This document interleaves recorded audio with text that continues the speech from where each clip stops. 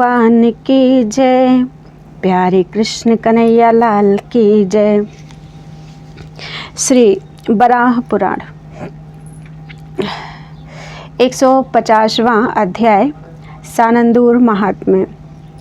पृथ्वी बोली, प्रभु आपने कृपा पूर्वक मुझे द्वारका महात्म्य का वर्णन सुनाया। इस परम पवित्र विषय को सुनने से मैं कृतकृत्य हो गई। जगत प्रभु, यदि इससे भी अधिक कोई गुह्य प्रसंग हो तो वह भी मैं सुनना चाहती हूँ। जनार्दन, यदि मुझ पर आपकी अपार दया हो तो वह भी कहने की कृपा कीजिए। भगवान बराह कहते हैं, देवी, सानंदूर नाम से प्रसिद्ध मेरा एक परम गुप्त निवास स्थल है। यह क्षेत्र समुद्र से उत्तर और मलयागिरी से दक्षिण की ओर है।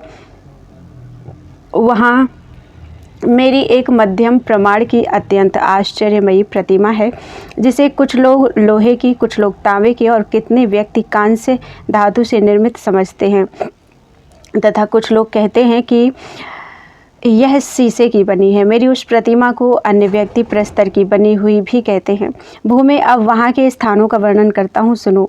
यशस्विनी, इस सानंदूर नामक मेरे क्षेत्र की ऐसी महिमा है कि वहाँ चले जाने वाले मानव संसार सागर से पार हो जाते हैं। बरानने, सानंदूर नाम से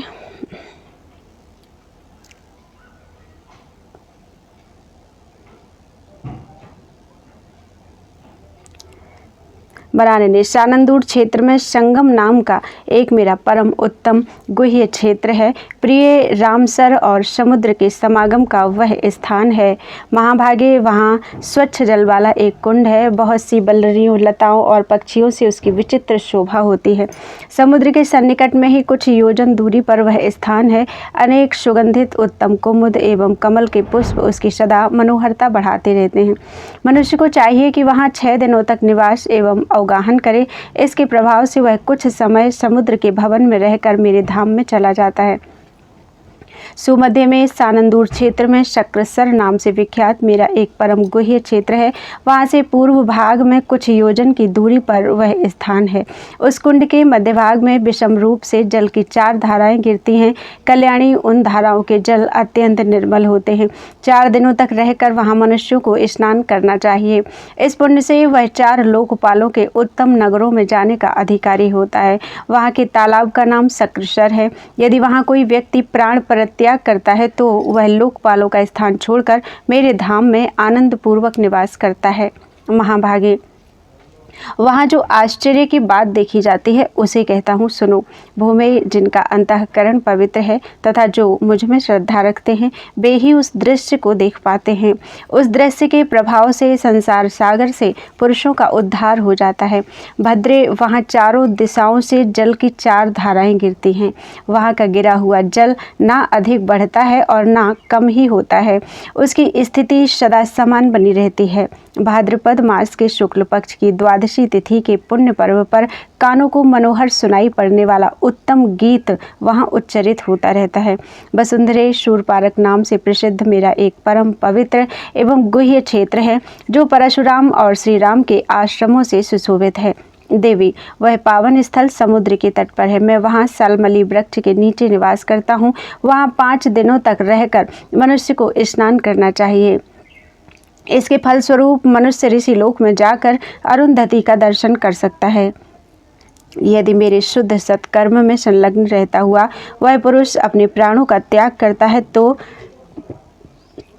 ऋषि लोक को छोड़कर मेरे स्थान में पहुंच जाता है। महाभागे, इसकी एक आश्चर्यमयी बात यह है कि यहाँ जो मुझे एक बार प्रणाम करता है वह 12 वर्षों तक किए गए नमस्कार के फल का भागी होता है। इस शूरपारक क्षेत्र में निष्ठावान पुरुष ही मेरा दर्शन कर पाते हैं। माया से मोहित व्यक्ति मुझे नहीं देख पाते। महाभागे, इसी सानंदूर क्षेत्र में मेरा एक परम गुप्त स्थान है। वायव्य अर्थात पश्चिम के उत्तर के कोण में विराजमान उस क्षेत्र का नाम जटाकुंड है। प्रिय, चारों ओर वह 10 योजन तक फैला है। यह स्थान मलयाचल के दक्षिण और समुद्र के उत्तर भाग में है। यहाँ रहकर मानव को 5 दिनों तक स्नान करना चाहिए। इसके फलस्वरूप वह व्यक्ति अगस्त्य मुनि के आश्रम में जाकर निश्चय ही आनंद पूर्वक निवास कर सकता है। यदि मेरा चिंतन करता हुआ मानव वहाँ प्राण विसर्जन करता है तो वह उस स्थान को छोड़कर मेरे लोक में जाने का पूर्ण अधिकारी बन जाता है। सुश्रोणी उस कुंड की 9 जल की धाराएं हैं। भद्रे, यह सानंदूर क्षेत्र की महिमा का मैंने वर्णन किया। इसे सुनने से भगवान श्री हरि में भक्ति और श्रद्धा बढ़ती है। यह क्षेत्र गुह्यों में परम गुह्य और स्थानों में सर्वोत्तम स्थान है। सुश्रोणी, 9 प्रकार की भक्तियों में संलग्न जो व्यक्ति इस सानंदूर क्षेत्र में जाता है उसे मेरे कथनानुसार परम सिद्धि प्राप्त हो जाती है। जो मनुष्य प्रतिदिन प्रसन्नता के साथ इसे पढ़ता अथवा सुनता है उसके 18 पीढ़ी के पूर्व पुरुष तर जाते हैं। बोलो वृंदावन बिहारी लाल की जय। लोहारगल क्षेत्र का महात्म्य।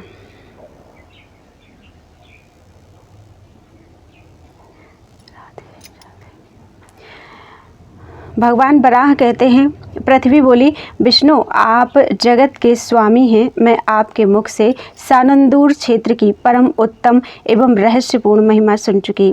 इसके सुनने से मुझे परम शांति प्राप्त हुई। यदि इससे भिन्न और कोई सुखदायी गुप्त क्षेत्र हो तो मैं उसे भी सुनना चाहती हूँ। आप कृपया उसे भी बतलाएं। भगवान बराह कहते हैं, देवी मैं अब तत्वपूर्वक एक दूसरे गुप्त क्षेत्र का प्रसंग बताता हूँ, सुनो। सिद्धिबट नामक स्थान से 30 योजन तक दूरी पर म्लेच्छों का देश है, जिसके मध्य दक्षिण भाग में हिमालय पर्वत स्थित है। वहीं मेरा लोहारगल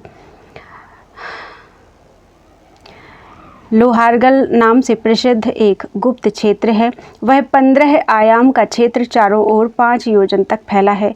चतुर्दिक वेष्टित वह स्थान पापियों के लिए दुर्गम एवं दुस्सह है, पर जो सदा मेरे चिंतन में तत्पर रहते हैं और जिनका सारा समय पुण्य कार्य में लगता है उनके लिए वह परम सुलभ है। भद्रे, उस स्थान के उत्तर दिशा में मैं निवास करता हूँ। वहाँ सुवर्णमयी मेरी प्रशस्त प्रतिमा है। वसुंधरे, एक समय मेरे उस उत्तम स्थान पर संपूर्ण दानवों ने आक्रमण कर दिया। माया के बल से उन्होंने मेरी अवहेलना भी करती थी। तब ब्रह्मा, रुद्र, स्कंद, इंद्र, मरुदगण, आदित्य, वसुगण, वायु, अश्विनी कुमार, चंद्रमा, बृहस्पति तथा समस्त देव समुदाय को मैंने वहाँ सुरक्षित किया और अपना तेजस्वी सुदर्शन चक्र उठाकर उन निशाचरों का संहार कर दिया। इससे देवगण आनंदित हो विचरने लगे। तभी से मैंने उस स्थान का नाम लोहारगल रख दिया और प्रबल शक्तिशाली देव समुदाय की वहां प्रतिष्ठा कर अपनी भी प्रतिमा प्रतिष्ठित कर दी। उस स्थान पर मेरी प्रतिष्ठित मूर्ति का जो व्यक्ति यत्न पूर्वक दर्शन करता है भूमि वह मेरा भक्त हो जाता है। जो मनुष्य 3 रातों तक वहां निवास करके शास्त्र विहित कर्म करता है और नियम के साथ वहां के कुंड में स्नान करता है वह कई हजार वर्षों तक स्वर्ग में जाकर आनंद भोगता है। इसमें कुछ भी संशय नहीं।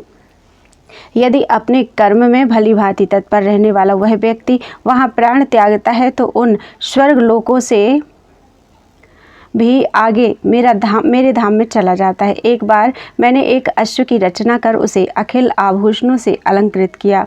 वह अश्व श्वेत कमल, शंख अथवा कुंद पुष्प के समान विद्योतित हो रहा था। धनुष, अक्षसूत्र और कमंडलू लेकर उस पर आसीन होकर मैंने यात्रा आरंभ की और चलते चलते सीधे श्वेत पर्वत पर पहुंचा जहाँ कुरुवंशी रहते थे। फिर वहाँ से मैंने उन्हें गिराना आरंभ किया और आकाश तल से बहुत से दूसरों को भी मार गिराया। इस प्रकार सभी को नष्ट कर वह अश्व आकाश में शांत ज्यों का त्यों सुरक्षित तथा सुस्थिर रहा। भगवान बराह बोले, सुमध्य में तब से पुरुष उत्तम कुल के अश्वों पर चढ़कर स्वर्ग तक की यात्रा करने लगे। देवी, पंचसार नाम से प्रसिद्ध मेरा एक परम गुप्त क्षेत्र है। वहाँ शंख के समान सफ़ेद एवं तीव्र गति से बहने वाली जल की 4 धाराएं गिरती हैं। उस क्षेत्र में 4 दिनों तक रहकर व्यक्ति चैत्रांगद लोक में जाकर गंधर्वों के साथ विहार करता है और वहाँ प्राण त्याग कर प्राणी मेरे लोक को प्राप्त होता है। यही नारद कुंड नाम से विख्यात मेरा एक दूसरा उत्तम क्षेत्र है जहाँ ताल वृक्ष के समान मोटी जल की 5 धाराएं गिरती हैं। उस तीर्थ में एक दिन निवास और स्नान कर पुरुष देवर्षि नारद जी के दर्शन का सौभाग्य प्राप्त करता है तथा वहाँ मरकर मेरे धाम को जाता है। यही एक वशिष्ठ कुंड है जिसमें जल की 3 धाराएं गिरती हैं। वहाँ 5 रात स्नान तथा निवास कर मनुष्य वशिष्ठ जी के लोक में आनंद प्राप्त करता है। मेरे कर्मों में लगा हुआ पुरुष यदि यहाँ प्राण छोड़ता है तो उस लोक को छोड़कर मेरे धाम में पहुँच जाता है। देवी, इस लोहारगल क्षेत्र में मेरा एक पंचकुंड नामक प्रधान तीर्थ है, जहाँ हिमालय से निकलकर जल की 5 धाराएं गिरती हैं। वहाँ 5 दिनों तक निवास एवं स्नान कर मनुष्य पंचसिख स्थान पर निवास करता है। यदि इंद्रियों पर विजय प्राप्त कर वह मेरा भक्त वहाँ प्राण त्यागता है तो वह मेरे लोक को प्राप्त कर लेता है। इसी लोहारगल क्षेत्र में सप्तऋषि कुंड संज्ञक एक अन्य तीर्थ है। वहाँ के स्नान के पुण्य से पुरुष ऋषियों के लोकों में जाकर हर्षपूर्वक निवास करता है। देवी, वहीं अग्निशर नाम से विख्यात एक कुंड है, जहाँ 8 रातों तक रहकर तथा उस कुंड में स्नान कर प्राणी सभी सुखों का उपभोग कर अंगिरा मुनि के लोक को प्राप्त होता है। इसमें कोई संशय नहीं। यदि मुझसे संबंधित कर्म में तत्पर वह पुरुष वहाँ प्राण छोड़ता है तो अग्नि के लोक का त्याग कर मेरे धाम को प्राप्त होता है। देवी, उसी लोहारगल क्षेत्र में उमा कुंड नाम से एक प्रसिद्ध स्थान है। वह स्थान है जहाँ भगवान शंकर की परम सुंदरी पत्नी गौरी का प्राकट्य हुआ था। वहाँ 10 रातों तक रहकर मनुष्य को स्नान करना चाहिए। इससे उसे गौरी का दर्शन सुलभ होता है और उनके लोक में वह सानंद निवास करता है। यदि आयु क्षीण होने पर वह मनुष्य उस स्थान पर प्राण का त्याग करता है तो उस लोक से हटकर मेरे धाम में शोभा पाता है। भगवान शंकर के साथ उमा देवी का यही विवाह हुआ था। इसमें हंस, कारंडव, चक्रवाक, सारस आदि पक्षी सदा निवास करते हैं। हिमालय पर्वत से होकर यहाँ निर्मल जल की 3 धाराएं गिरती हैं। मनुष्य 12 दिनों तक यहाँ निवास और स्नान करे तो वह रुद्रलोक में आनंद करता है।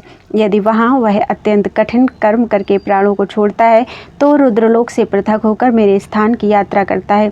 वहीं ब्रह्मकुंड नामक स्थान में 4 वेदों की उत्पत्ति हुई थी।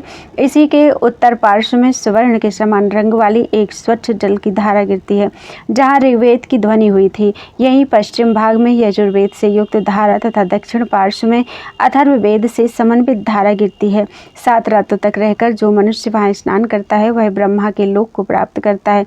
यदि अहंकार शून्य होकर वह व्यक्ति वहाँ प्राण त्यागता है तो उस लोक का परित्याग करके मेरे लोक में आ जाता है। महाभागे, मेरे इस लोहारगल क्षेत्र की कथा बड़ी ही रहस्यात्मक है। सिद्धि चाहने वाले मनुष्य को वहाँ अवश्य जाना चाहिए। बरानने, वह क्षेत्र 25 योजन की दूरी में चारों ओर फैला है और स्वयं ही प्रकट हुआ है। यह विषय आख्यानों में परम आख्यान, धर्मों में सर्वोत्कृष्ट धर्म तथा पवित्रों में परम पवित्र है। जो श्रद्धालु पुरुष इसका पाठ करते हैं अथवा सुनते हैं उनके माता एवं पिता इन दोनों कुलों के 10-10 पूर्व पुरुषों का संसार सागर से उद्धार हो जाता है। बोलो वृंदावन बिहारी लाल की जय। मथुरा तीर्थ की प्रशंसा। सूति जी कहते हैं, ऋषियों, भगवान हरि के द्वारा लोहारगल क्षेत्र की महिमा सुनकर पृथ्वी को बड़ा आश्चर्य हुआ और वे बोली, प्रभु, आपकी कृपा से मैंने लोहारगल क्षेत्र का महात्म्य सुना। यदि इससे भी श्रेष्ठ तीर्थों में सर्वोत्तम एवं सबके लिए कल्याणकारी कोई तीर्थ हो तो उसे बताने की कृपा कीजिए।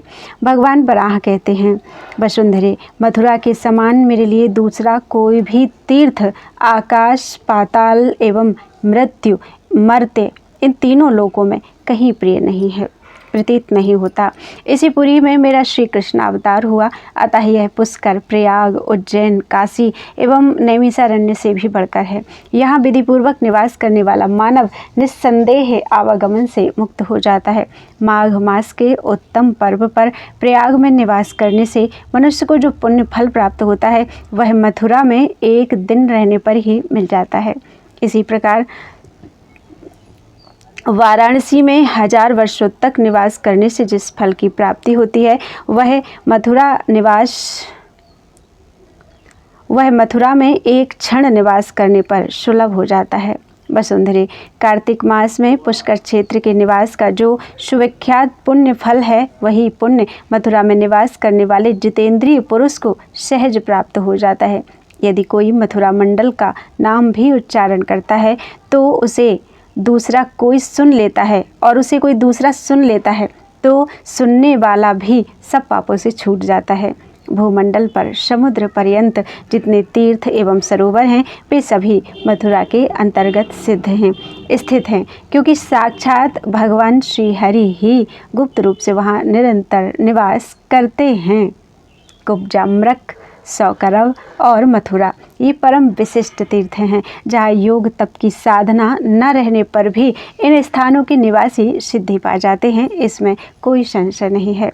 देवी, द्वापर युग आने पर मैं वहाँ राजा ययाति के वंश में अवतार ग्रहण करूँगा और मेरी क्षत्रिय जाति होगी। उस समय मैं 4 मूर्ति कृष्ण, बलराम, प्रद्युम्न और अनिरुद्ध बनकर चतुर्व्यूह के रूप में 100 वर्षों तक वहाँ निवास करूँगा। मेरे ये 4 विग्रह क्रमशः चंदन, सुवर्ण, अशोक एवं कमल के सदृश रूप वाले होंगे। उस समय धर्म से द्वेष करने वाले कंस आदि महान भयंकर 32 दैत्य उत्पन्न होंगे, जिनका मैं संहार करूंगा। वह सूर्य की पुत्री यमुना का सुंदर प्रवाह सदा सन्निकट शोभा पाता है। मथुरा में मेरे और बहुत से गुप्त तीर्थ हैं। देवी, उन तीर्थों में स्नान करने पर मनुष्य मेरे लोक में प्रतिष्ठित होता है और वहाँ मरने पर वह 4 भुजाओं से युक्त होकर मेरा स्वरूप बन जाता है।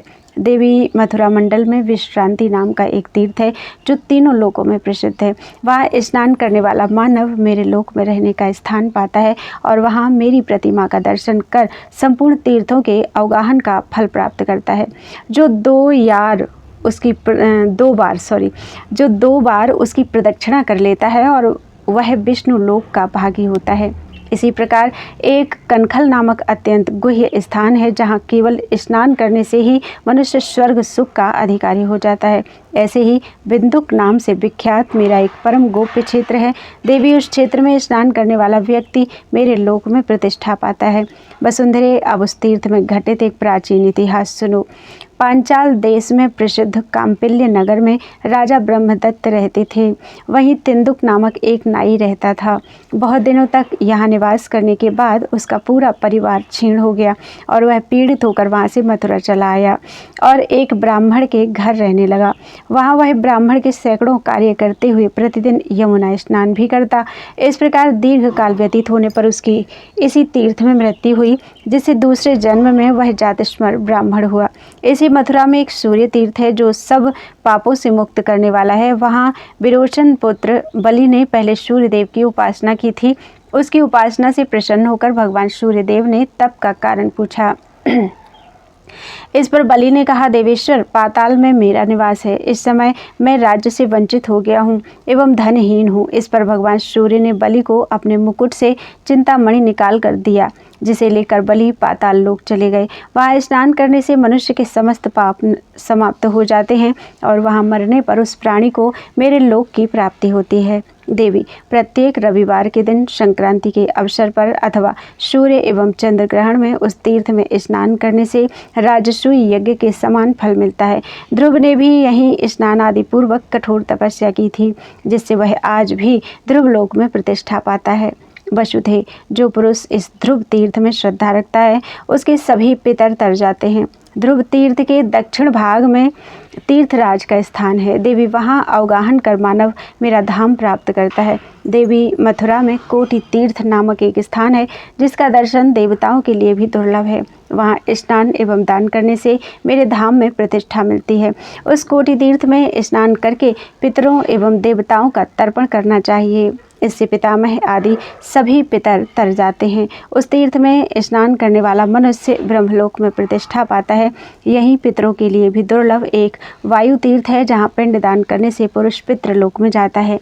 देवी, गया में पिंडदान करने से मनुष्य को जो फल मिलता है वही फल यहाँ ज्येष्ठ में पिंड देने से प्राप्त हो जाता है, इसमें कोई संशय नहीं। इन 12 तीर्थों का केवल स्मरण करने से भी पाप दूर हो जाते हैं और मनुष्य की सारी कामनाएं पूर्ण हो जाती हैं। बोलो वृंदावन बिहारी लाल की जय। अध्याय 152 पूर्ण हुआ। त्वदीयं वस्तु गोविंद